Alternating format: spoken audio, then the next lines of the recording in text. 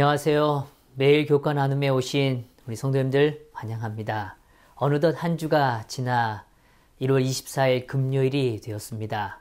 오늘은 더 깊은 연구의 시간이죠. 우리를 사랑하시는 하나님의 그 사랑하는 마음, 그 마음의 감정을 이번 한 주 많이 느끼셨으리라 생각합니다. 오늘은 그런 측면에서 사랑이 지배하는 마음이라는 제목을 갖고 말씀을 나누고자 합니다. 함께 기도하고 시작하겠습니다. 하늘에 계신 아버지 하나님, 저희를 사랑해 주셔서 감사합니다.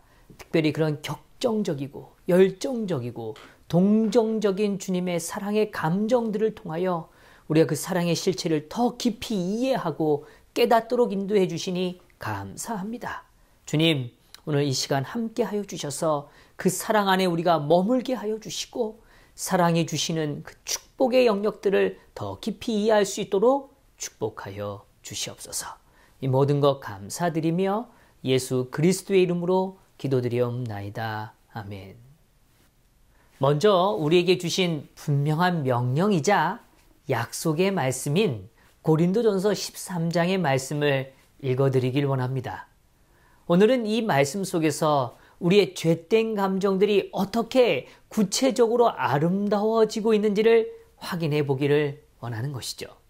사랑은 오래 참고, 사랑은 온유하며, 시기하지 아니하며, 사랑은 자랑하지 아니하며, 교만하지 아니하며, 무례히 행하지 아니하며, 자기의 유익을 구하지 아니하며, 성내지 아니하며, 악한 것을 생각하지 아니하며, 불의를 기뻐하지 아니하며 진리와 함께 기뻐하고 모든 것을 참으며 모든 것을 믿으며 모든 것을 바라며 모든 것을 견디느니라.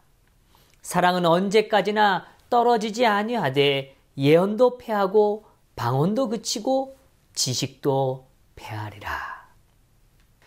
여기 성경 가운데 참 재미있는 구조를 갖고 있습니다. 사랑에 관한 이 열거되어지는 표현 가운데 서론에 시작되어지는 두 가지요. 오래 참고 온유하며 라는 것은 긍정문으로 시작됩니다. 사랑이 존재하는 곳엔 오래 참음이 있고 온유함이 있다고 이야기하시죠. 그 다음에 이어지는 7개의 문장들은 금지되어질 것들을 설명해 주시는 거죠. 그 다음에 이어서 다시금 5개의 긍정적 형태로 오늘 우리에게 남겨지는 것들을 보여주고 계시는 겁니다. 예, 그렇습니다. 사랑은 정말 하나님의 참된 사랑이 우리의 마음에 들어올 때는 멈춰지는 것들이 있죠. 그 전에 먼저 우리 안에 자리하는 것들이 있다는 걸 보여주는 겁니다. 오래 참고 온유함으로 시작되는 거죠. 이 두 가지 긍정을 통하여 오늘 우리 안에 부정적인 것들이 밀려 나가는 것입니다. 오늘 하나님은 우리 안에 사랑을 허락하시기 원합니다. 그리하여 오늘 우리에게 악한 감정들, 부정적 감정들을 몰아내시고 하나님의 거룩한 품성을 통하여 그 안에서 오는 충만한 사랑의 감정으로 우리를 채워주시기를 원하신다는 것입니다. 그러면 우리가 하나님의 사랑 안에 젖어들 때 우리는 어떠한 행복들을 누릴 수 있을까요? 교회 증언에서는 다음과 같이 아주 명확한 기별을 전해주고 있습니다. 사랑은 무례히 행치 아니하며 자기의 유익을 구치 아니하며 성내지 아니하며 악한 것을 생각지 아니한다라고 표현하죠. 여기 또한 말해줍니다. 사랑이 지배하는 마음은 자존심과 이기심을 견딜 수 없는 것으로 생각하는 상처 때문에 분노와 복수심으로 충만해지지 않을 것이다. 또한 말합니다. 사랑은 의심하지 않고 다른 사람들의 행동과 동기를 언제나 가장 호의적으로 해석한다. 사랑은 쓸데없이 다른 사람들의 결점을 결코 폭로시키지 않을 것이다. 사랑은 좋지 못한 소문을 듣기 위하여 열광적으로 귀를 기울이지 않고 오히려 명예가 실추된 사람의 어떤 좋은 특성들을 생각해 내고자 노력한다. 여기 3가지 사실을 우리에게 분명하게 말해줍니다. 첫 번째요. 분노와 복수심으로부터 우리를 자유하게 하신다는 겁니다. 분노와 복수심을 밀어내고 그 안에 정말 하나님이 주시는 온전한 사랑이 주는 그 자유함을 허락해 주신다는 겁니다. 우리는 아주 작은 것에서 복수심을 가질 때가 있죠. 두고 봐. 내가 다음에는 이런 마음을 가질 수 있습니다. 그러나 사랑은 분노와 복수심도 우리를 자유하게 하는 축복인 거죠. 죄를 멈추는 힘을 우리가 누릴 수 있게 되는 겁니다. 악의 물결을 멈추고 악의 영향력으로부터 보호받게 되는 것이죠. 미국 켄터키와 웨스트 버지니아 양쪽 경계를 중심으로 두 가문이 있었어요. 이 두 가문은 빅 샌디라는 강으로 이 두 가문이 나눠져 있었습니다. 두 주의 경계이기도 했죠. 이 두 가문은 하필드 가문과 맥코이 가문이었습니다. 이 남북전쟁이란 역사적 사건을 배경으로 이 두 가문은 나눠지기 시작했던 것 같아요. 정치적 긴장감도 없지는 않았던 것 같습니다. 근데 어느 날 1878년에 맥코이 가문에서 하필드 가문이 돼지를 훔쳤다는 주장이 제기되죠. 이 싸움은 결국 법적인 갈등까지 가게 됩니다. 법정은 하필드 가문의 손을 들어주었지만 그것을 받아들이지 않죠. 불공정하다고 그들은 여전히 앙심을 품게 되는 거죠. 참 공교롭게도요. 하필드 가문의 존 씨 하필드와 맥코이 가문의 로지애나 맥코이가 사랑에 빠지게 됩니다. 어디서 많이 들어본 이야기 같죠? 예, 16세기 이탈리아를 배경으로 셰익스피어가 쓴 작품 로미오와 줄리엣의 이야기와 참 많이 닮았습니다. 분쟁이 존재합니다. 분열이 있어요. 미움과 다툼이 있습니다. 그 속에 여전히 존재하는 사랑을 또한 우리는 보게 되는 겁니다. 14년간의 긴 분쟁 속에서요. 13명이 죽음을 당합니다. 그리고 수많은 사람들이 다치게 되죠. 정말 놀랍게도요. 이 싸움은 2003년이 되어서야 두 가문이 법적으로 평화를 맺었다는 상징적인 선언을 하게 됩니다. 무려 120년이 지나서야 평화를 선언한 것이죠.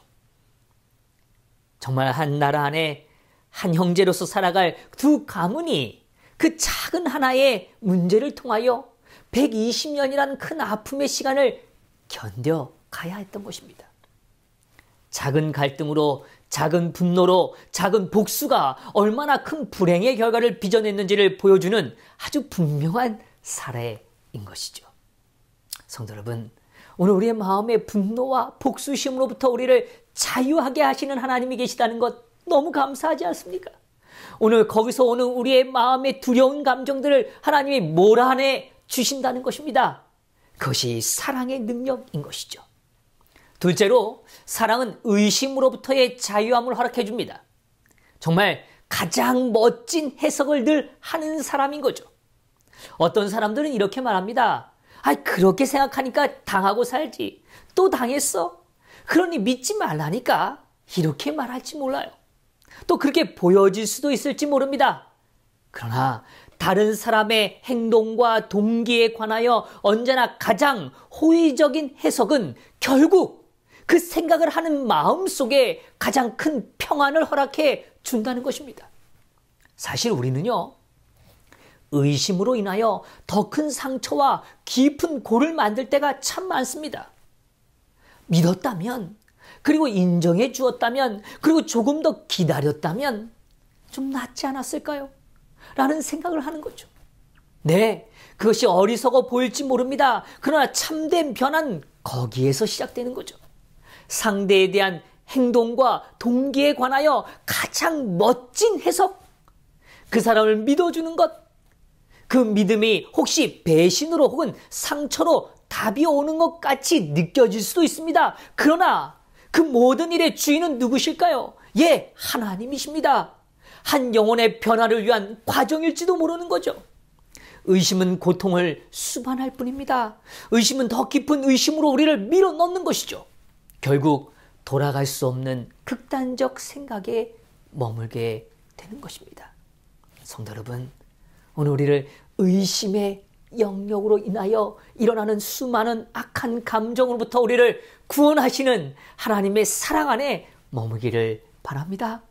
세 번째로, 사랑은 다른 사람의 결점으로부터 자유를 갖게 하는 것이죠. 다시 말하면 불만족으로부터의 자유입니다. 사람마다 갖는 한계들이 존재합니다. 누구나 연약하기 때문에 부족할 뿐이에요. 잘 한번 생각해 보세요. 가족이 갖는 축복이 무엇입니까? 서로의 결점이 없는 것이 가족이라고 생각하십니까? 아니요. 여전히 결점들이 존재합니다. 여전히 부족해요. 그럼에도 사랑하고 그 사랑으로 행복을 느끼지 않습니까?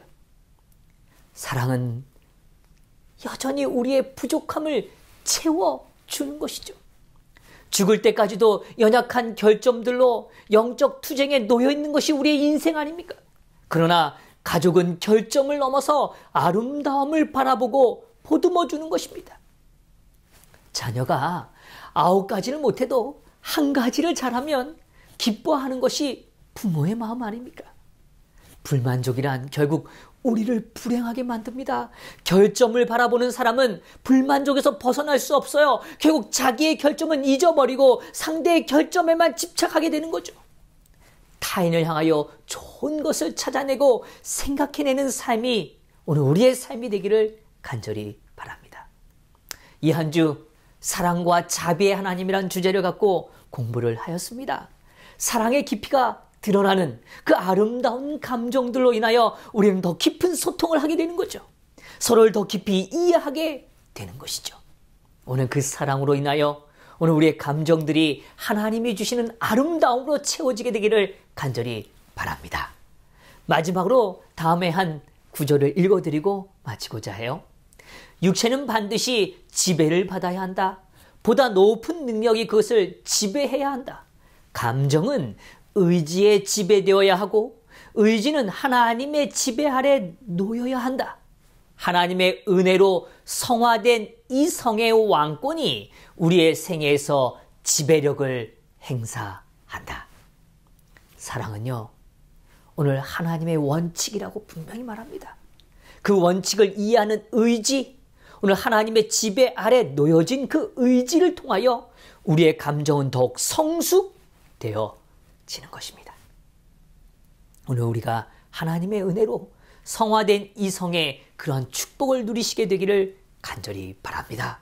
생각이 잘못되면 감정도 잘못될 것이다. 그래야 생각과 감정이 합하여 도덕적 품성을 이룬다.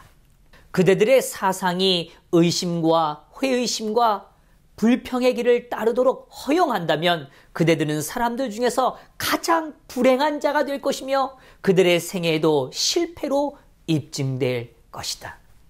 의심, 회의심, 불평, 거기서부터 우리가 벗어나는 귀한 삶이 되기를 간절히 바랍니다. 그것은 오직 하나님의 사랑으로 채워지는 축복인 것이죠. 성도 여러분, 어떤 일을 보고 마음이 아파지고 눈물이 나고 그 다음에 그 사람에 대하여 무엇인가 도우려는 마음을 갖는 것, 그것은 하나님이 주신 거룩한 사랑에 의하여 거룩한 이성에 바탕되어져서 거룩한 감정이 결합되어진 결과라는 것입니다. 성도 여러분, 오늘도 우리 주변에 있는 불쌍한 영혼들을 향하여 함께 눈물로 간구하십시다. 그리고 그 사랑에 동참하십시다. 이 하루도 주님 안에 승리하시게 되기를 간절히 바랍니다. 기도하겠습니다. 하늘에 계신 아버지 하나님, 저희를 사랑하시고 오늘 우리에게 나쁜 감정들을 몰아내시고 오늘 우리에게 거룩한 감정들로 채움으로 인하여 우리의 품성을 완성시켜 주시니 감사합니다. 오늘 하나님 안에 그 아름다운 성숙된 마음으로 품성으로 이 땅을 살아갈 수 있도록 축복하여 주시옵소서. 이 하루도 주님과 함께 나누는 귀한 하루가 되기를 간절히 바라며 사랑 많으신 예수 그리스도의 이름으로 기도드리옵나이다. 아멘.